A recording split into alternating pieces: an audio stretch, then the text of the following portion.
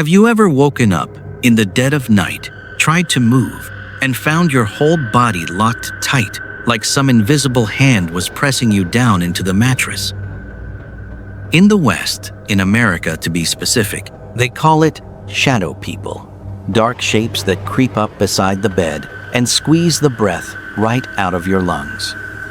But in Vietnam, it has a smaller name, a homier name, and somehow that makes it worse. We call it bong de, the pressing shadow. And I am the one who survived it, in an old house at the end of a long, narrow alley in Saigon. My name is Quang. I built a comfortable life as a tech entrepreneur, the kind of life people envy, with a beautiful young wife named Lan at my side. A week ago, out of nowhere, Lan told me she wanted to leave our high-rise apartment downtown. She said she was tired of the neighbors watching her, tired of the eyes that followed her in the elevator. I was a doting husband with money to spare, so I called a friend in real estate.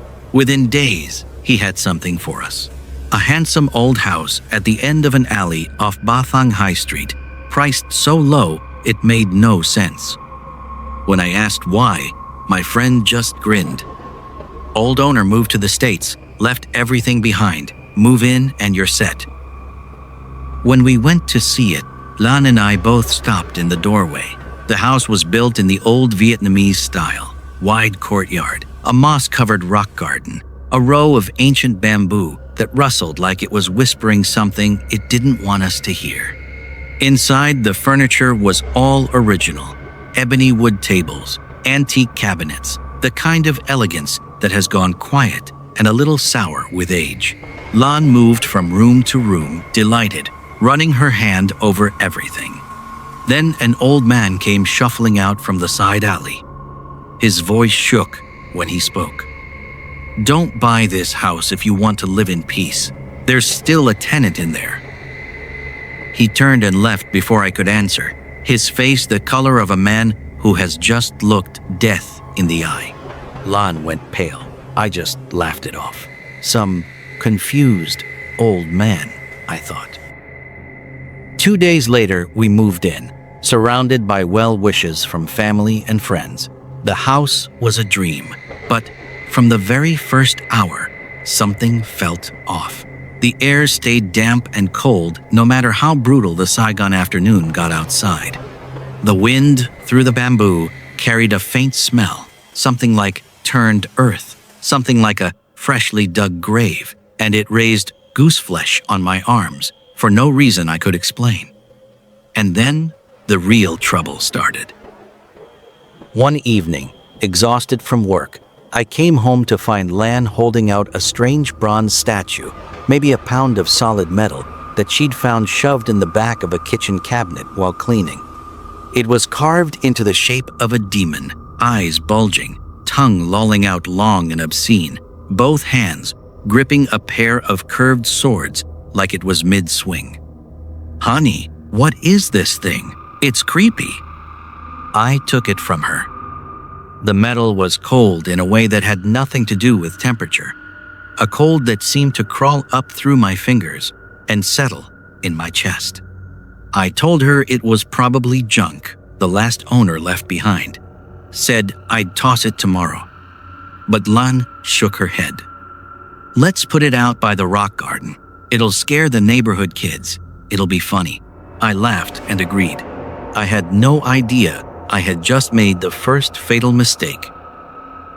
From the moment that statue went outside, the house woke up, like something that had been sleeping a long, long time and had just been nudged. The next day, I was walking the courtyard, taking in the late gold light filtering through the bamboo, watching the long shadows stretch out across the stones like dry, skeletal fingers. And then I saw him. A man standing just outside the iron gate, tall, wearing an old black vest gone dull with age, a wide-brimmed hat pulled low enough to swallow half his face. In one hand, he carried an old iron suitcase, rust-eaten and pitted, and the smell of corroded metal drifted toward me on the breeze. I could only see half his face, but that half was enough. A pale white demon mask, eyes that held nothing at all, fixed without blinking on me, and on the bronze statue sitting on the rock garden behind me." End quote. He didn't speak. He didn't move. He just stood there, a quiet ghost, balanced on the line between the living world and whatever comes after. A chill ran straight down my spine. I ran for the gate. The hinge gave a single rusty shriek, and by the time I looked up, he was already turning away, his footsteps making no sound at all, vanishing into the depths of the alley. Only the smell of rusted iron lingered in the air, and a feeling I couldn't shake for the rest of the day. The next day, I was showering under a stream of hot water when I heard a chair drag slowly across the wood floor above me, followed by heavy, deliberate footsteps. "Lan, you looking for something up there?" I called out. Nothing answered but the sound of the water. When I dried off and went up, the chair really had moved. A long scrape mark gouged into the floor where it had been dragged. I found Lan in the kitchen, confused. "I've been down here cooking this whole time, but a few minutes ago I heard someone pouring tea in the living room. I went to look. There was no one there." We looked at each other. Neither of us said anything. Something cold and formless was already working its way into our chests. That night, we left the lights on. Around midnight, a steady dripping sound started up from the kitchen, patient and even, like something measuring out time on purpose. I got up to check. Lan followed close behind, scared. The faucet was shut tight. Then Lan screamed and pointed at the window. "There's someone out there. Someone's looking in." I spun around. Through the foggy glass, an old woman stared back at us. Hair white and wild, back bent into a hook, eyes red as fresh blood, jaw grinding side to side with a sound like stone on stone. She pressed her face right up against the pane, never blinking. My heart slammed in my chest. I grabbed a baseball bat and ran out to the yard. Nothing, no one, just cold wind sliding through the bamboo, carrying a faint, wheezing laugh from somewhere far off. When I went back inside, the living room door was standing wide open, though I knew for a fact I'd shut it. In the thick black dark, the old woman stood in the middle of the room, turning her head slowly, a full 180 degrees, her crooked smile splitting open to show teeth gone black with rot. Lan screamed. I swung the bat with everything I had. It cut through nothing but air, like she wasn't fully in the room at all.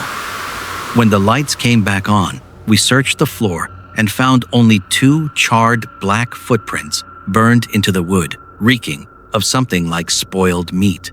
Lan didn't sleep that night. She just lay there with tears sliding silently down her face. The next morning, Lan begged to go back to our old apartment. I was too stubborn to believe in ghosts. I waved her off. "You've been watching too many horror movies. You're imagining things. I'm staying.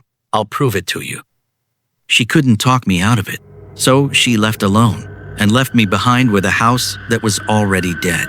Looking back now, I can't believe how stupid I was.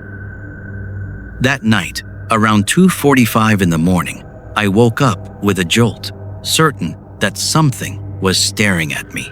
My eyes were wide open. My body would not move. Not a finger, not a muscle. One thought surfaced through the panic. Is this Bong De? A shape slid slowly across the ceiling, a great dark shape moving like a snake the size of a man, then crawled down the wall and crept closer to my face. I tried to scream. My throat had closed like a fist around my own voice. The shape leaned in next to my ear, and a voice came through, dry and rasping and full of hate. "Get out of my house, now." Its breath was ice cold, thick with the smell of mold and old grave dirt. Then a freezing hand clamped onto my throat, nails long enough to tear furrows in my skin. The shape settled its full weight onto my chest, heavy enough that I thought my ribs would give. Slowly, its face came into focus above me. An old woman, skin shriveled and gray, mouth stretched wide, ear to ear, eyes flaring red like coals pulled fresh from hell. In pure desperation, I tore myself free, drenched head to toe in sweat, heart hammering out of rhythm. I'd broken the paralysis.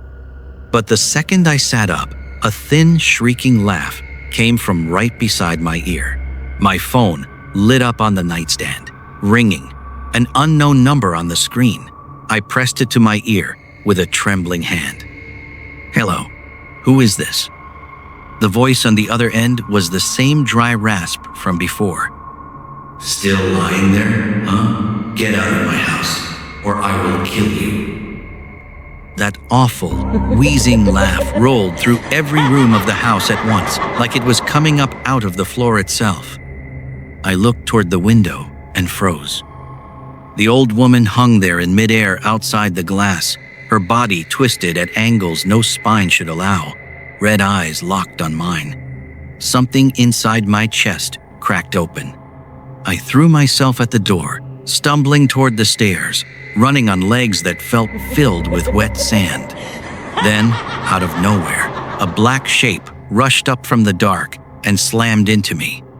I tumbled down the stairs, bones cracking against wood, and everything went black. I woke up the next morning in a hospital bed, bruised and bandaged from head to foot. Lan told me the rest in a shaking voice. The neighbors had found me unconscious at the bottom of the stairs, blood everywhere, the front door hanging wide open. Someone called an ambulance. Someone else called Lan. But there was something else, something worse. In the middle of that nightmare, a neighbor across the alley saw a man step out of our front door. A man in an old black vest, a wide-brimmed hat hiding half his face, an iron suitcase in one hand. He didn't run. He didn't hurry. Each step seemed to barely touch the ground, his outline going thin and unstable under the yellow streetlight. He walked the length of the alley without a sound and dissolved into the dark like smoke. Hearing that put ice in my blood. Had he been inside my house the whole night? Had he watched all of it, from the moment that shape pinned me to the bed to the moment I went down the stairs and done absolutely nothing? Who was he? That night in the hospital, exhaustion finally pulled me under. In the dream, I found her again. The old woman, sitting at the foot of my bed, grinning that horrible grin, her jagged teeth catching a red light from somewhere that shouldn't exist in a hospital room. She leaned in close and whispered, "You dare come back to my house. You're going to die." And somehow, lying there in the dark, I knew. This time, it wasn't an empty threat.